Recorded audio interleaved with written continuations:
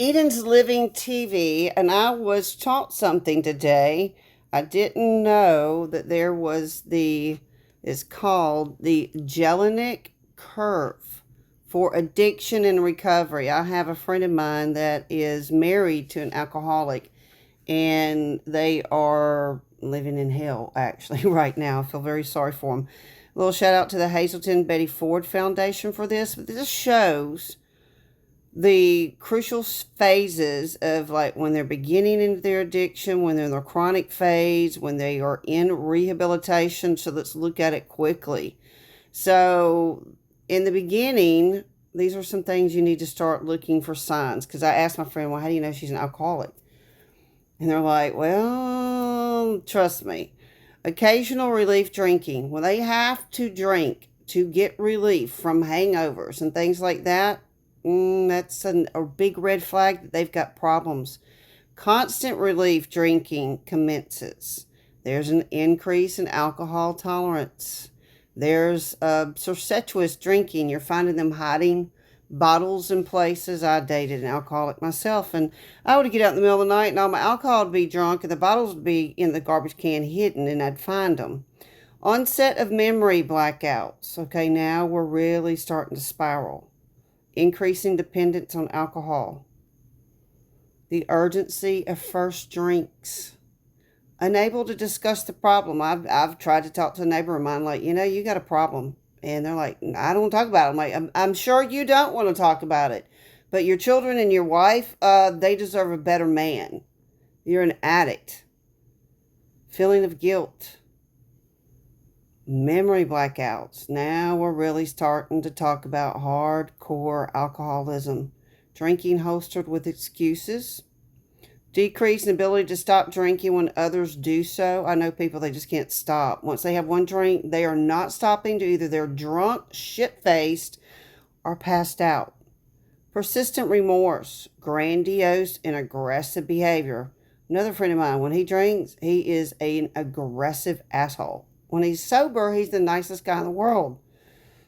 Such drastic personality changes. That's another red flag. Oh, I promise I'll go get help. Yeah, the promises of resolutions fail. Efforts to control fail repeatedly. Trying to give up the drinking, trying to get help, trying to back off. They're failing. Now we're really getting into another critical step phase. You start having loss of interest. You try geographical escapes. You avoid your family and your friends. Neglect the food. When I was on drugs, I never ate. Forget to eat. Unreasonable resentments. Tremors. Early in the morning drinks. You got the DTs. Little hair of the snake that bit you. Loss of ordinary willpower. Physical deterioration. This person's wife is wasting. Their body is shutting down.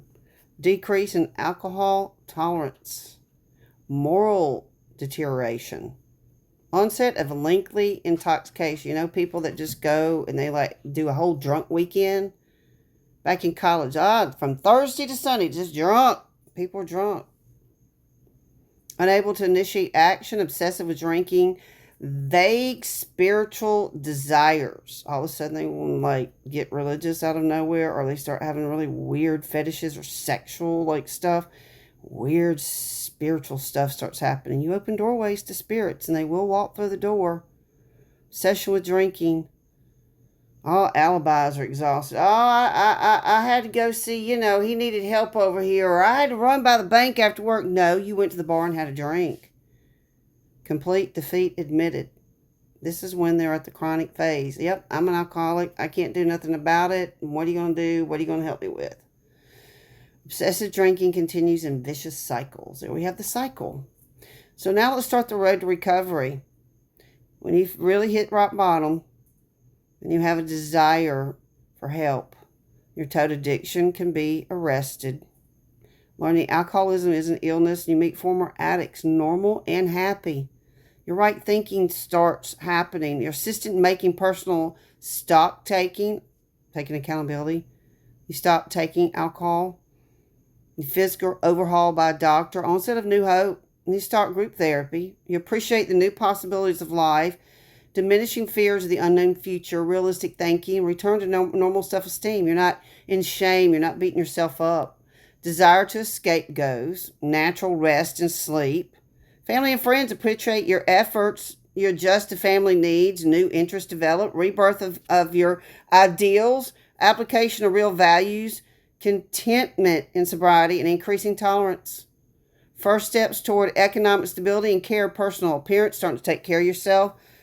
Relationships and realizations are recognized. Group therapy and mutual help continues, and you're enlightened in an interesting new way of life that opens up the road ahead to higher levels than ever before. That is the Jellinek curve. Please get help. There is help available. You can heal. You have to admit you have a problem first. I love you.